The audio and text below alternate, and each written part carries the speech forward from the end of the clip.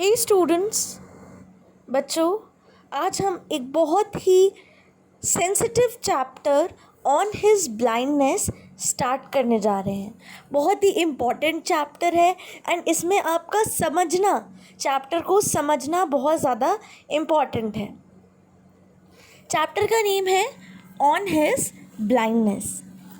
Chapter के writer हैं John Milton, जो एक फेमस इंग्लिश पोएट थे।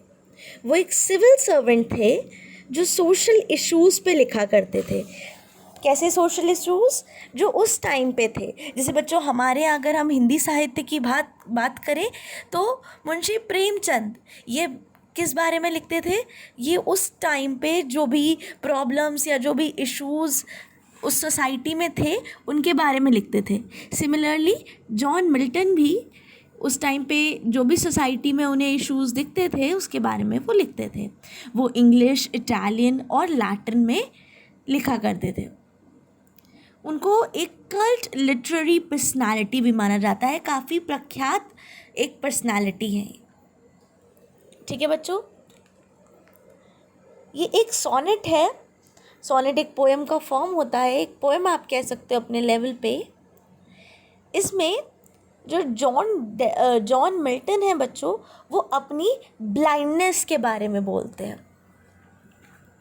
ठीक है बच्चों, हम जानते हैं, हम सब लोग धरती पे जिस भी व्यक्ति ने जन्म लिया है वो किसी ना किसी तरीके से चाहता है कि वो अपना पूरा पोटेंशियल अचीव कर पाए, यानी जितनी उसके अंदर हिम्मत है कोई भी काम करने की, अपनी पूरी क्षमता को वो अचीव कर पाए।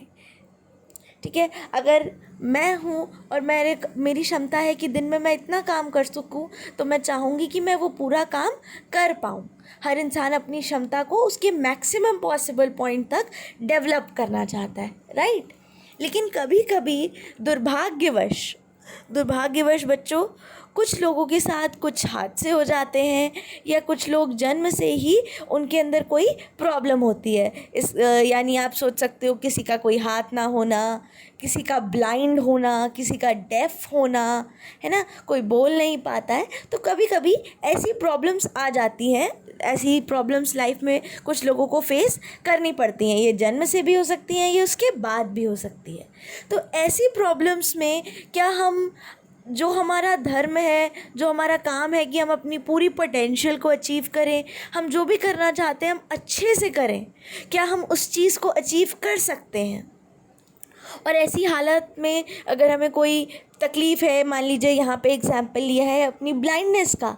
जॉन मिल्टन ने अपने ब्लाइंड होने की बात की है। उसके थ्रू वो आपको समझाना चाहता है कि भले ही आपको कोई भी दिक्कत हो, लेकिन फिर भी आप ईश्वर की सेवा कर सकते हैं। कैसे कर सकते हैं ये हम इस चैप्टर को रीड करके जानेंगे। बच्चों चलिए फर्स्ट लाइन पढ़ते हैं। When I consider how my light is spent ere half my days in this dark world and wide. वो कहता है, जब मैं सोचता हूँ कि मेरी जो लाइट, आँखों की रोशनी, मेरी जो रोशनी चली गई, एर half my days in this dark world. एर मीन्स बिफोर। ये भी पुरानी इंग्लिश जिस टाइम पे बोली जाती थी उसमें एर का मीन्स है बिफोर। तो वो सोचता है कि कैसे मेरी आधी ज़िंदगी ख़त्म होने से पहले ही मेरी आँखों की रोशनी चली गई।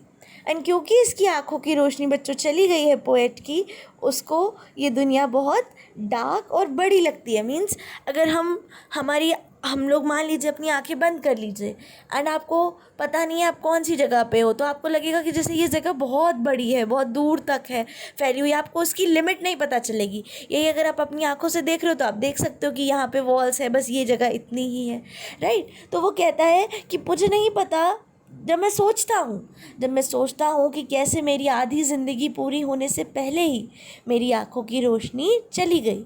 And that one talent which is that to hide lodge me with useless lodged with me useless, though my soul more bent to serve there with my maker। बच्चों ये बहुत डीप लाइन्स हैं, आपको समझने की कोशिश करनी है। अब ये जॉन मिल्टन के पास एक टैलेंट था। क्या था वो टैलेंट? लिखने का टैलेंट। ठीक है, तो अब वो कहता है कि ईश्वर ने मुझे ये टैलेंट दिया है, मुझे लिखने का टैलेंट दिया है, मेरे अंदर जो ये टैलेंट है, बट ये लॉज्ड विद मी, मेरे अंदर बसा हुआ है, मेरे अंदर ये टैलेंट बसा हुआ है यूज़लेस की तरह। मतलब कि क्या वो ये सोच रहा है कि क्या जो उसके पास लिखने का जो टैलेंट है, क्योंकि वो अंधा हो गया है, तो क्या ये टैलेंट यूज़लेस हो जाएगा उसके मरने तक। और उसकी जो सोल है, उसकी आत्मा है, वो ईश्वर को क्या करना चाहती है, सर्व करना चाहती है। बच्चों इस लाइन को हम दोबारा से कल डिटेल में पढ़ेंगे, तब तक के लिए आप इसको फर्स्ट 4 लाइन्स को अपनी फेयर नोटबुक में लिखेंगे।